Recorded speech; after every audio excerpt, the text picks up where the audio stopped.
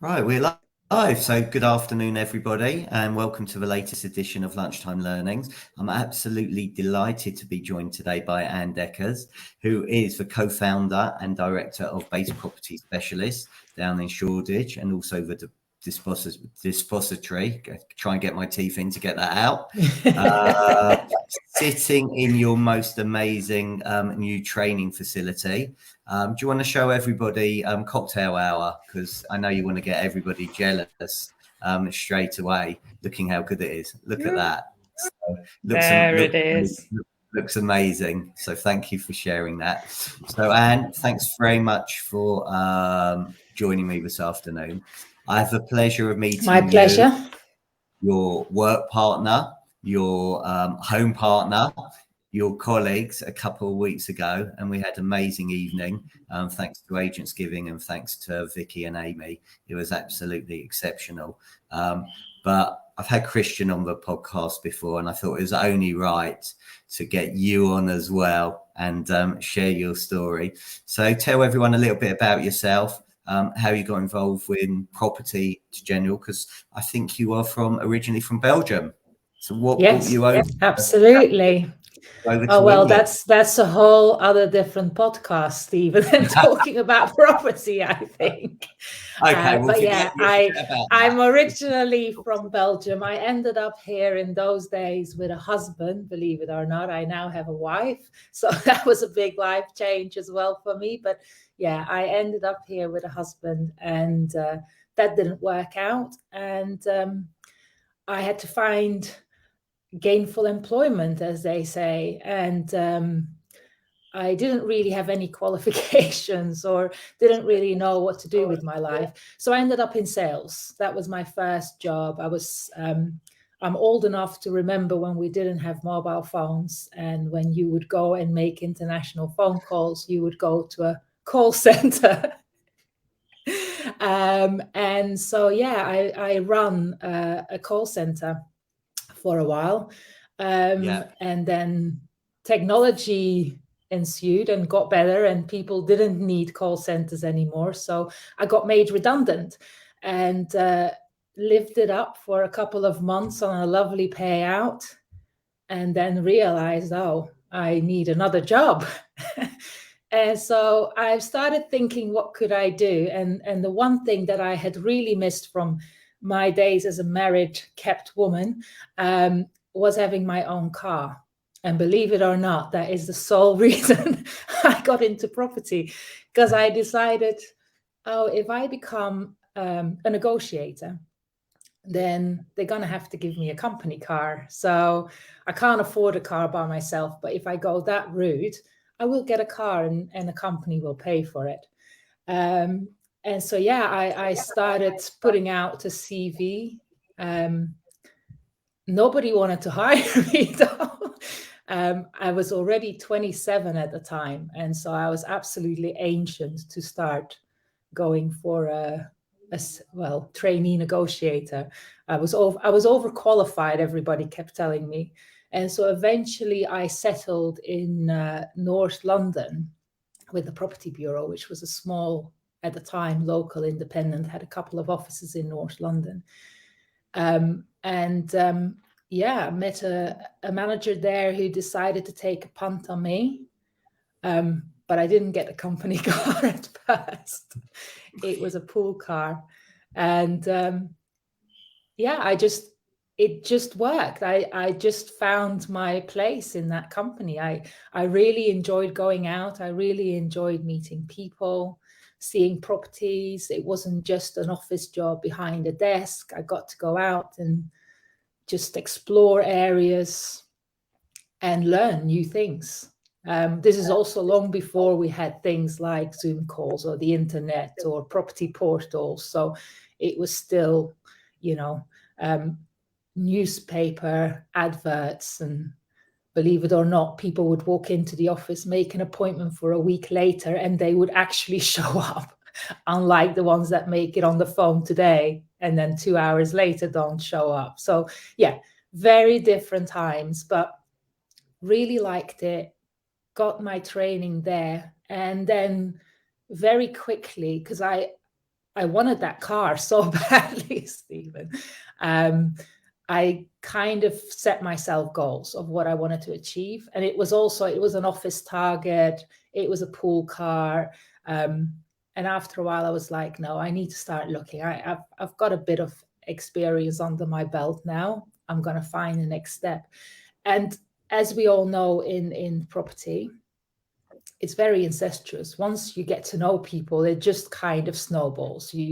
People call your name, they mention you, and then you get called. Oh, I've got a position here. And so that's literally what happened. I got called within 6 months of having started, and was offered a position in Mile End, under the umbrella of Legal and General at the time. So I came out of a small independent, went to a bit more of a corporate structure. But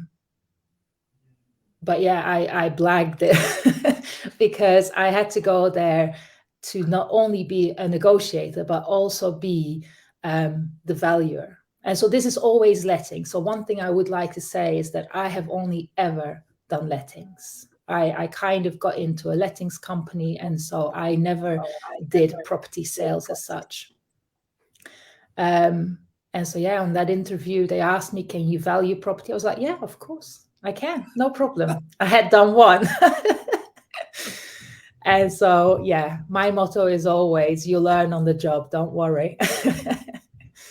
And then from there, it looked like over that spate of time, so I started in 99, by 2004, we opened base. So in that 5 years time, I moved, I would say, every year for the first 3 years, I somehow climbed my way up a ladder, going through different agents, and then landed in an office in the Docklands for Homes Direct, which is where I got to know Christian.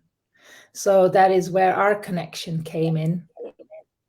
And by that time, I was the valuation manager. So that was all I did. I would go out, I would meet the clients, I would take the properties on, I would educate them on what they needed to know as a landlord. And yeah, Christian came along, and he was the young negotiator, very cocky, very self-assured.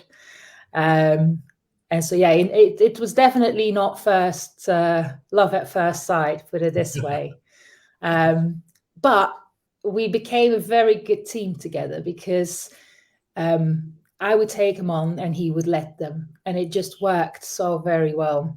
And as I got to know him, obviously, he's an amazing guy. So he then we started talking one drunken night on a Christmas do for the old company, that really we could do this so much better. At this time, we realized, that landlords were extremely loyal, even though they were being treated so badly in this company. And we decided, well, if we were to set up a company that is based on customer service, surely you're going to have clients for life. And I think that's exactly what we've proven here at Base. Going into this interview, I started thinking about the journey and all the things that had happened. And it's things that make me proud, like the very first invoice I ever wrote, we still have that landlady. We still have that property. That's 18 and a half years later. Like, those kind of things do show that the ethos we set out indeed did work. Okay, so brilliant story, thank you. And Christian, you're not a bad bloke, and I know you're sitting behind right this second, pointed something at her to make sure, and says all lovely things. One thing is that Christian, he's the biggest cheerleader. Let me tell you something. Like, if there is one bloke in the industry that lifts up the women around him, I've got to give a big shout out to my business partner. 100%. 100%. Well, look, we've got a few people watching. So afternoon, Angela, afternoon, Magella, and some lady called Vicky Byberus. Not sure who she is, but she just said she was. Hello, Vicky. Nice to see you. Hi, Congratulations Vicky. on what you did. Amazing. So, right, God, there's loads to unpack there. Okay, so I want to talk about, first of all, actually, when you're 27 and dealing with rejection. I had something similar. I was overqualified as well, couldn't get a job. In fact, most estate agents didn't want me because I was looking to be a chartered surveyor at the time, and I hadn't quite qualified. So I was either underqualified to become a chartered surveyor or overqualified to be an estate agent. And then David Pollock did take the chance on me. And despite me not selling a property for 9 months, eventually it clicked and it went from there.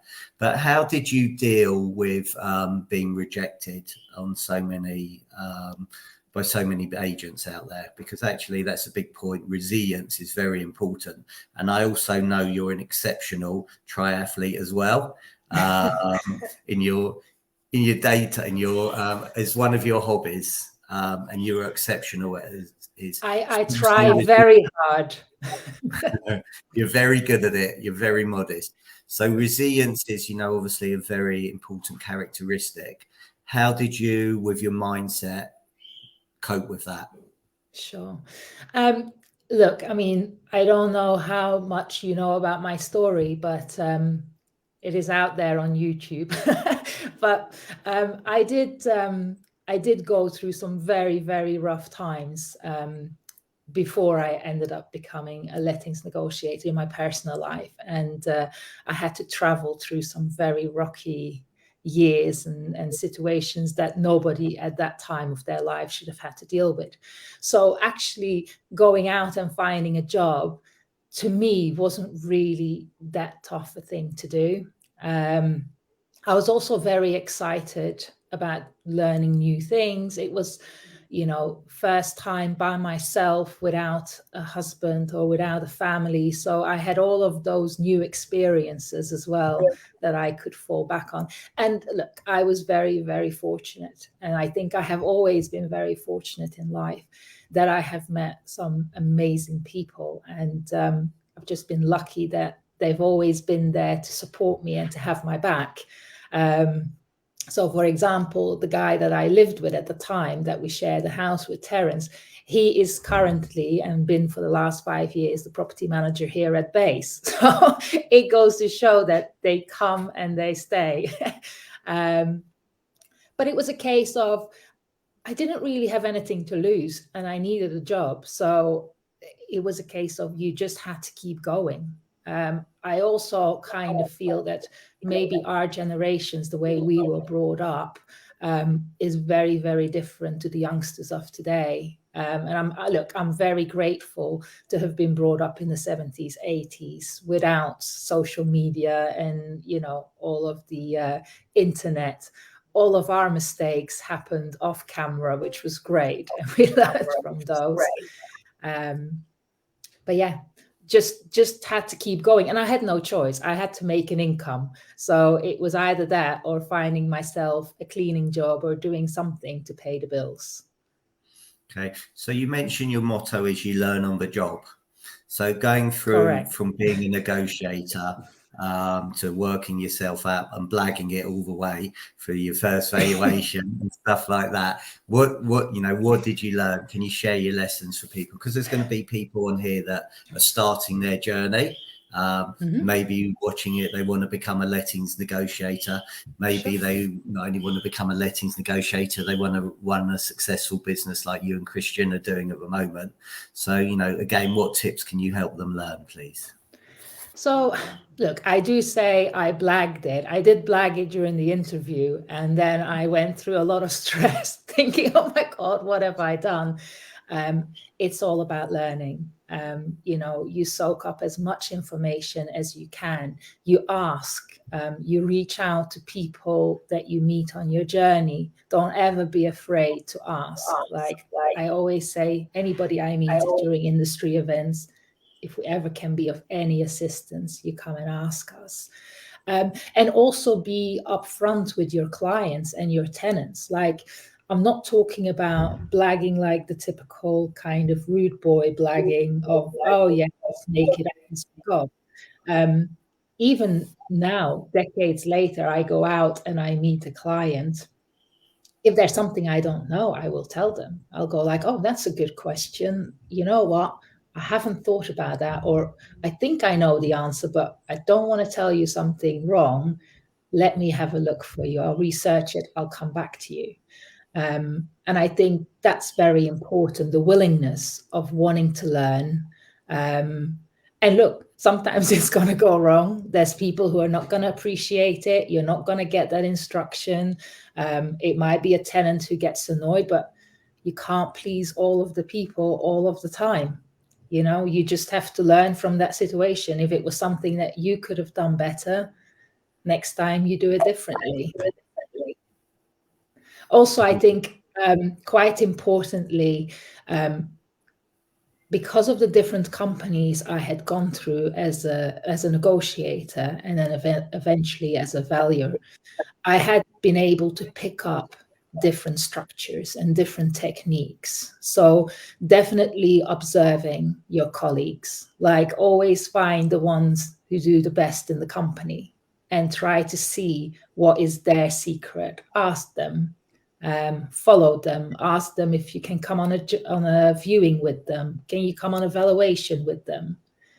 And actually seeing people in action, I think is probably one of the better ways of learning for me anyway. I'm not necessarily the type that's going to learn from reading something online or reading a book. Like, I love reading, but for me, it's if I see somebody do something, it's going to stick with me. Okay, so can you share a couple of those secrets with everybody watching and listening, please, that you learned?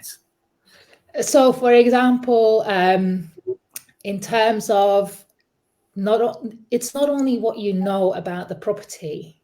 So you also have to have the connection with the client, the connection with the tenant, or the connection with the landlord. So definitely spend some time on getting to know people and how you can read people, because that way you can come into a situation and make the most of it for you.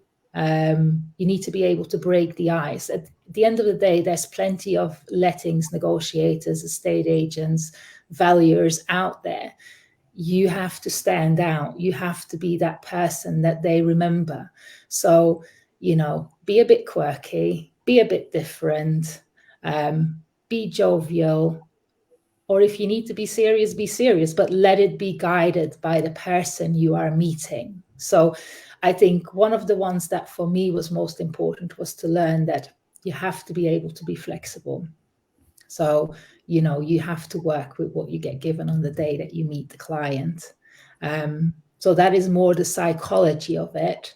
In terms of the theory and all of the guidance that you can give, I mean, those are things that for sure, I think it's important that you are as educated as you can be in the industry that you work in, whatever it is, that you're aware what is happening, and that you can pass on that knowledge. Whether people are going to take it or not, that is again their decision, but you got to be able to part with that.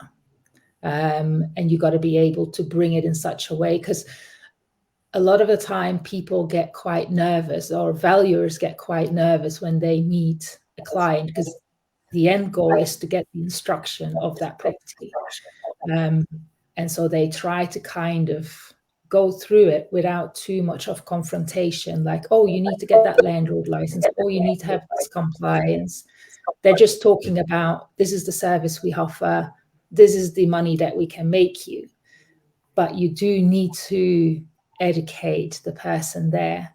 And so in order to be so knowledgeable about your industry that you can explain, this is what you need to do, this is what you need to do to be a good landlord, I think is very important, to be strong in your boots, really. Okay, so when you started in 2004, you talked about, well, there's a couple of things that I love what you do. So coming back to being different, you have this property life skills tutorials, which I think is exceptional. And that definitely makes you different and stand out from any other agent that I know when it comes to lettings. Do you just want to explain what that is? I know Christian, when he was kind enough to come on, spoke about it. And that for me is, Sure. you know, you educate, you empower your tenants, And I also love the fact that you give them a certificate as well. But there may be that people that didn't hear that podcast. So just for their benefit. Sure. So every year when the quiet time of year comes in, we sit down as a team, first of all, to kind of understand, what have been the wins and what have been the losses over the year. Where could we do better? What are things that we could change? What are things that are repetitive that we can see come back and back and back? And what we started realizing as the company was growing and as the portfolio was growing, that and as the portfolio was aging, actually, plus the tenants were getting younger, was that we were dealing with a lot of maintenance issues that you and I, Stephen, in our own house, wouldn't even blink an eyelid on. Like, we would literally change a light bulb. We would change a fuse. Like, if our boiler goes down, we'll go and have a look. Can we top it up? Like, the things that I think our generations take for granted for looking after a property, we realized that a lot of our tenants had no idea. And don't forget, we are in London, we are on the city fringes. We also have a lot of overseas clients, so their countries might have complete different systems. Like, in Belgium, we don't have a switch on an electrical socket. So when I first came to the UK, I had to figure out that you have to switch the bloody thing on or it doesn't work.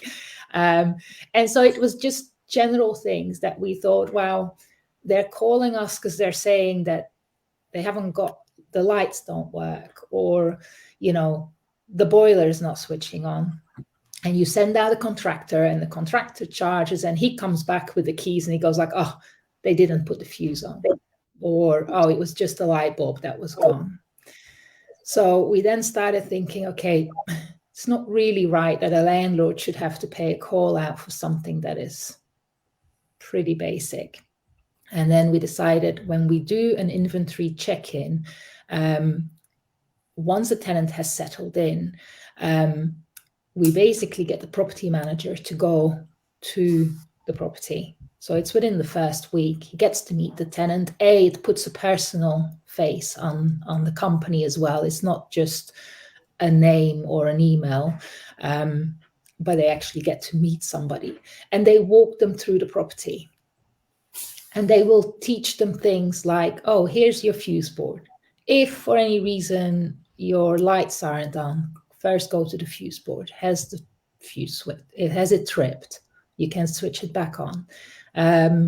How to top up your boiler if the pressure has come down, or your radiators aren't heating up, so you can bleed your rads. But if you bleed your rads, your pressure is going to come down. So now you need to top up your pressure in your boiler. So if you've got an outside filling loop, we can show you. And it was little things. And look, there is obviously always an amount of tenants that stand there going like, yeah, I know it all. And then there are tenants who go like, you know what, I have never even been taught this. So thank you very much. This is great, because they're life skills that they will take with them going forward. And so, yeah, they get a little certificate, which is lovely. For us, the little certificate is even more nice because it's got small letters that says, if you now don't do what we teach you and we have to call somebody out and the landlord has to pay for this, guess what? You're going to pay for it because, you could have sorted it. And look, we don't expect them to be Bob the Builder. We don't expect them to go and do things that I would feel uncomfortable with doing, or things that they just can't do. Like, it's just the basic maintenance that we would kind of expect. And the positive that came out of it was that definitely we saw overall the expenditure for the landlords come down, and also the call outs. That then kind of went hand in hand with updating Property File, which we have been using for quite a while at Base, which is already a system where when a tenant registers an issue, it gives them little tips of, have you tried this? Have you tried that? And again, it gives them something to do on the weekend. If it's really not working, can they fix it themselves? Great. If not, when the property manager picks up on it, they know exactly that it's already been diagnosed properly. but yeah, it's done very well for us, and the landlords love it, and in general, tenants love it.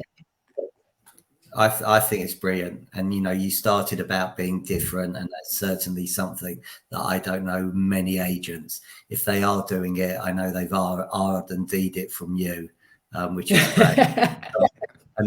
and then the other thing that I know that I think is brilliant as well is that you've got basic appliances. So if somebody's appliance doesn't work, and if it's on a managed property, you will go around and take, if their freezer or fridge breaks down, you would turn up with a spare freezer and fridge to sort it out, which is, again, why you said something earlier about getting a client for life and a landlord for life. And I think far too many agents think of it as a one-off transaction, whereas you're thinking of, well, how can I keep that landlord for life? How can I not only get repeat business from that landlord, but what other landlords do they know that they can recommend to me, because they're letting is doing what you're doing. Yeah, I mean, it's not even just the landlords. I mean, I think at base, we've also always given a lot of time and effort to our tenants, because at the end of the day, those tenants are on their own journey, and they will eventually get on the property ladder, and hopefully then come back. And here at base, we have definitely got several of those where they first were tenants, they end up buying a property, they live in it for a while, and then their journey goes on. They either start a family, so they need something bigger. And we've had several that come back to us simply because they say, you know what, you guys were great when we were tenants, so we know you're going to look after us as a landlord as well. And the tenant that's going to be in the property is going to look after our property.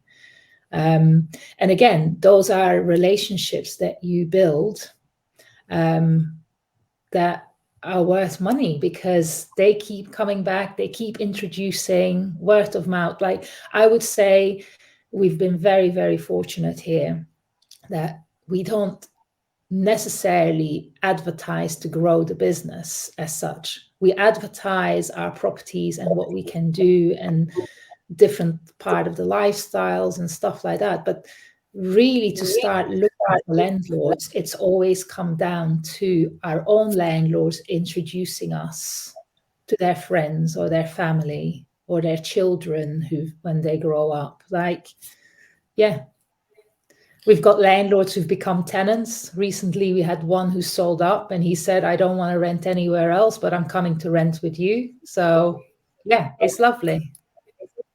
It's amazing. So that's well and good. When you first started, I'm sure it was a lot harder to find landlords. So again, what would you do when you first started to go and find them? Again, I must be the luckiest woman in the world, Stephen, because we were very, very blessed. So don't forget, by the time I started base with Chris, I had been working for 5 years.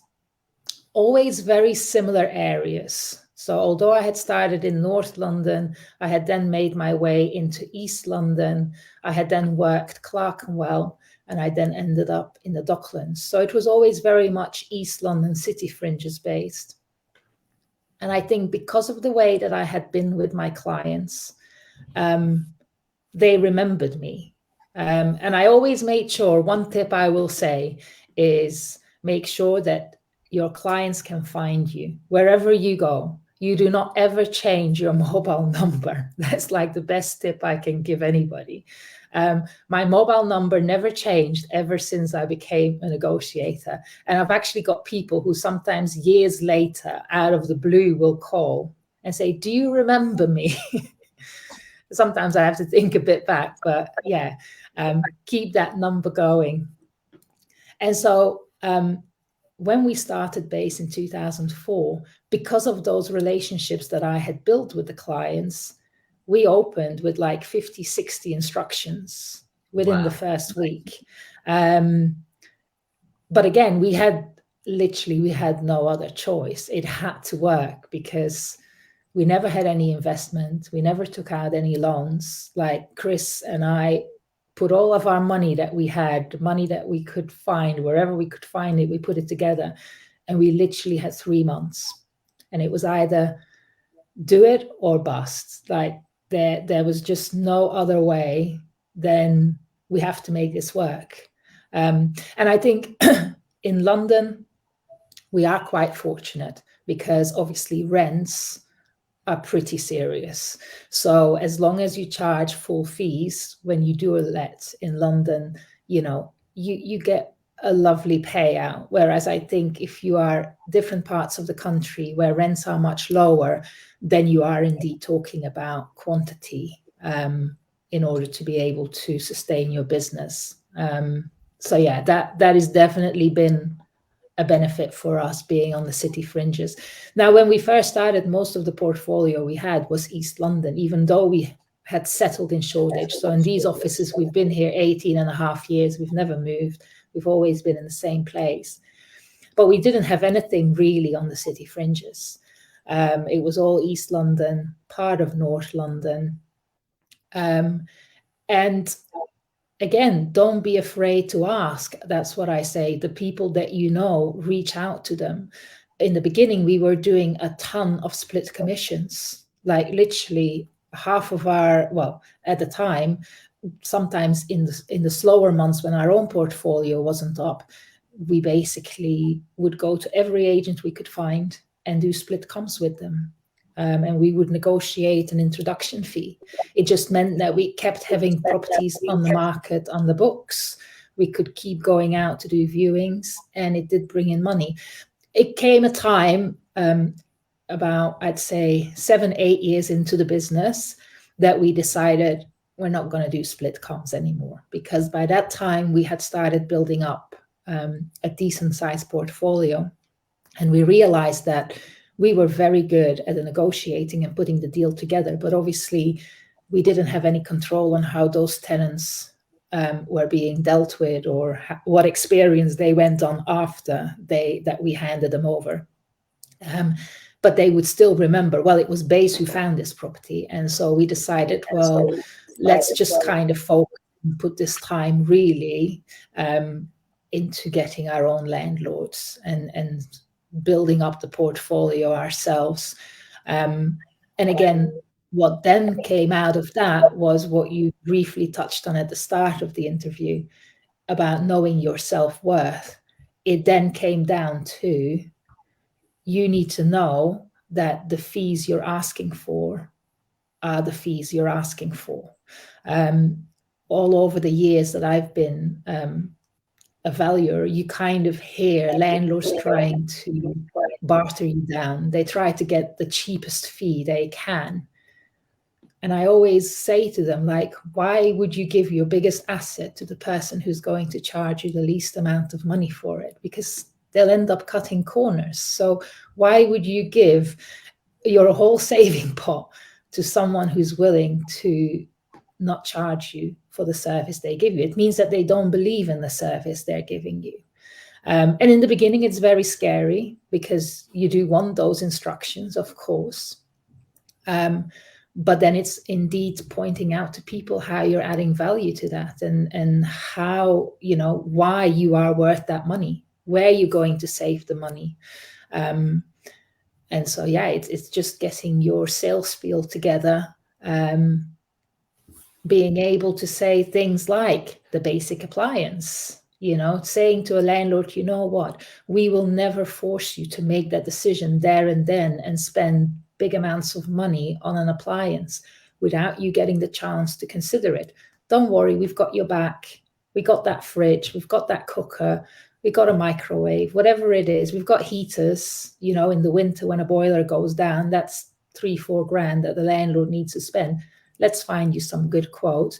In the meantime, your tenant in less than 24 hours has got rads in his property. They're happy, they're all right, and we'll help you make that decision. And again, those are things that you can show to them why you are worth that. Okay, well, you just asked all my next 10 questions. It answered my next 10 questions in one. And you answered them so well. And I think you're spot on about knowing your self-worth, adding value. I think it's very, I think it is a challenge to not walk away when you've got somebody saying to you, actually, look, here's my pen. I'll happily sign your terms of business now, but will you do it for this? And sticking to your guns is a challenge at times. I never go out with terms and conditions, Stephen, ever. Okay. In the past, we used to have it, and it was a case of like, oh, sign up with us. Here's the terms. Now it's very much a case of, I'll come and see you, because there's also things to consider now. So we are very happy with the size of our portfolio. We are a small independent boutique agent. We haven't really got any dreams of being the next big corporate, 100%, definitely not. And we want to keep that personal element to it. It also means that we're very proud on the properties and the portfolio that we have. And so, first of all, yes, I'm going there to introduce us as the company, and we're offering them the service and see if we can work together. But just as much as it's an interview for them to find an agent, it is an interview for us to find out if that is the landlord we do want on our portfolio. And again, I appreciate we are very blessed. We are in the position that we can make that decision now. A property has to pass certain standards for us. And the first standard is, can I live in this property? Would I live in this property? Would I want to live in this property? Because if I don't want to live in this property, why would I ask a tenant to go and live in this property? Also, because it goes to show that if it's a property that is well maintained, it is most likely a landlord who is willing to spend money on that property to maintain it, to look after the tenant. If I walk in somewhere, and look, I'm not saying that we're not taking on properties in different values in different bands. I've slept on a mattress in a room. I've lived in a penthouse. It doesn't matter. There's different times in different people's lives that you have a certain budget to spend. And we will take on properties that are in dire need of some TLC, but will help that landlord to return that property back to a good condition. But if I find during that valuation that landlord is literally like, oh no, I'm not spending money on here, I'm not willing to do this, oh, do I really need to do an electrical inspection condition report? I've done it 10 years ago, surely it's good enough. Things like that. Again, compliance is very high on the list. It has to be anyway these days. But going back over the 18 years, we had all of those boxes already ticked long before they became a legal obligation, because it meant that we knew our tenants will be safe, our properties will be safe, people are going to be looked after. And so again, with the valuations, I think that's why I don't really take the terms and conditions, because afterwards I come back, I come away from it, I let it sink in, I let them think about our meeting, and then I will make contact with them again. And then I first ask them, have they got any more questions? Have they seen other agents? What did the other agents tell them? What did they like about the other agent? What was good about our presentation? Why could they see them working with us? And then get them to sign up. Because once they then sign up, they're your client. They're not going to walk away anymore, because you've not forced their hand.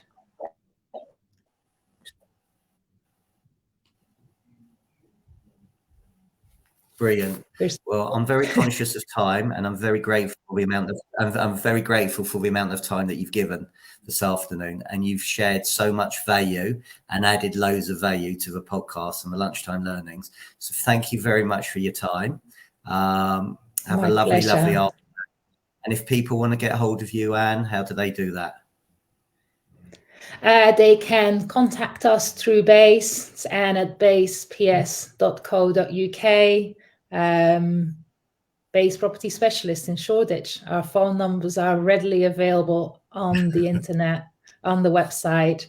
If you come to Shoreditch, pop in for a coffee or a cocktail, depending what time of day it is. You're always welcome. And actually, let's end on that. You have cocktail hour on a Friday. Yes. Which is a great way of bringing all your colleagues together. and to discuss, I suppose, the good and bads of the week. How have you found that, and what made you decide to do that? It was just something to kind of give back to the team. So we used to, in the past, go out a couple of times a year. We take the staff out for a night out. Then eventually it became our very notorious Amsterdam trips where, well, what happens in Amsterdam stays in Amsterdam, Stephen. But we would take them out for 48 hours, and we then needed a week to get over that. But then COVID happened.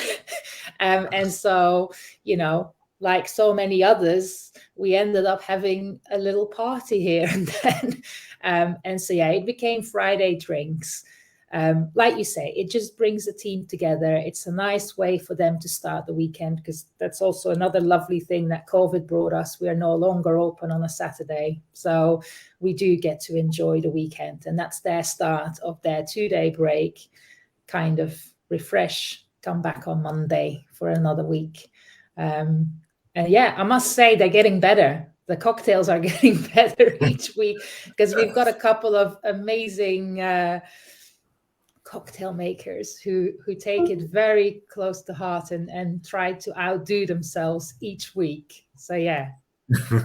Amazing. Well, look, I'm incredibly grateful for your time. Thank you, My everybody, pleasure. for watching and listening, whether it's live or whether you're listening later. Thanks very much, and thank you. You've been a wonderful guest. Really enjoyed your company, and really enjoyed getting to know you after the last couple of weeks as well. You're a lovely, lovely lady, and your partner's lovely as well. Thanks, Stephen. Great character. So thank you very much. Thank you all, and I look forward to you joining me on my next one. Thank you. Bye. Thanks, Stephen. Thank you so